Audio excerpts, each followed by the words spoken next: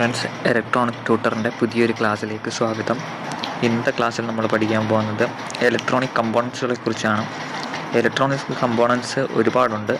അതിൽ ഏറ്റവും പ്രധാനപ്പെട്ട അറിഞ്ഞിരിക്കേണ്ട കുറേ കാര്യങ്ങളാണ് ഇന്നത്തെ വീഡിയോയിലൂടെ നമ്മൾ പഠിക്കാൻ പോകുന്നത്. ആദ്യം റെസിസ്റ്ററിൻ്റെ സിമ്പലാണ് ഈ കാണിച്ചേക്കുന്നത്. റെസിസ്റ്റർ വോൾട്ടേജിനെ അല്ലെങ്കിൽ കറണ്ടിനെ റെസിസ്റ്റ് ചെയ്യാനാണ് ഉപയോഗിക്കുന്നത്. ഇനി റെസിസ്റ്ററിൻ്റെ യൂണിറ്റ് ഓമിൻ്റെ സിമ്പലാണിത്. OHM എന്ന്, അതായത് ഓം എന്നാണ് ഇത് പ്രൊണൗൺസ് ചെയ്യുന്നത്. അടുത്ത കപ്പാസിറ്ററിന് 2 സിമ്പലുണ്ട്. ഇതിലേതിട്ടാലും കപ്പാസിറ്റർ തന്നെയാണ്. ഇനി കപ്പാസിറ്റർ ഫാരഡിലാണ് അതിൻ്റെ യൂണിറ്റ് അറിയപ്പെടുന്നത്. ഡിനോട്ട് ചെയ്യുന്ന ലെറ്റർ F. അടുത്ത ഇൻഡക്ടറും കപ്പാസിറ്ററും രണ്ടും ചാർജ് സ്റ്റോർ ചെയ്യുന്ന ഡിവൈസുകളാണ്. പക്ഷേ ഇത് തമ്മിൽ വ്യത്യാസമുണ്ട്. കൂടുതൽ ഡീറ്റെയിൽസ് ആയിട്ട് പഠിക്കുമ്പോൾ നമ്മളതിനെക്കുറിച്ച് പറയും.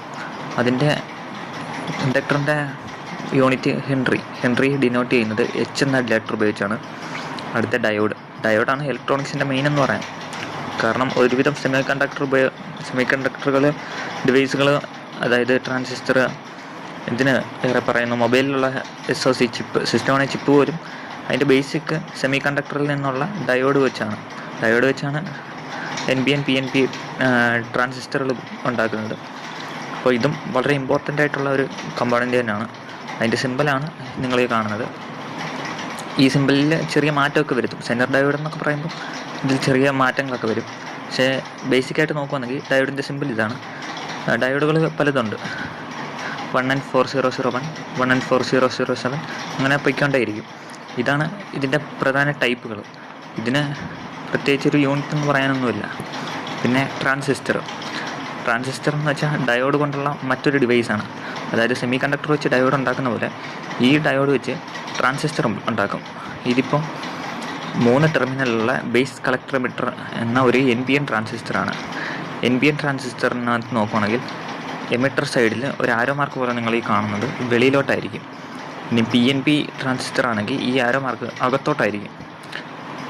ട്രാൻസിസ്റ്റർ പല വിധത്തിലുണ്ട്. BG107, അങ്ങനെ കുറേ ട്രാൻസിസ്റ്ററുകളുണ്ട്. എന്തായാലും ഇതിൻ്റെ ബേസിക് സിമ്പിൾ ഇതൊക്കെ തന്നെയാണ്.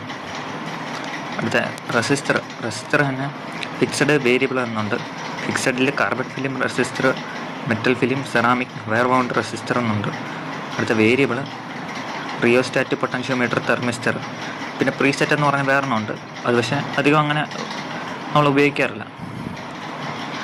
ഫിഷർ റെസിസ്റ്ററിൻ്റെ റെസിസ്റ്റൻസ് വാല്യൂ ഫിക്സഡ് ആയിരിക്കും. നമ്മൾ നോർമൽ ഉപയോഗിക്കുന്ന റെസിസ്റ്റർ പോലെ തന്നെ.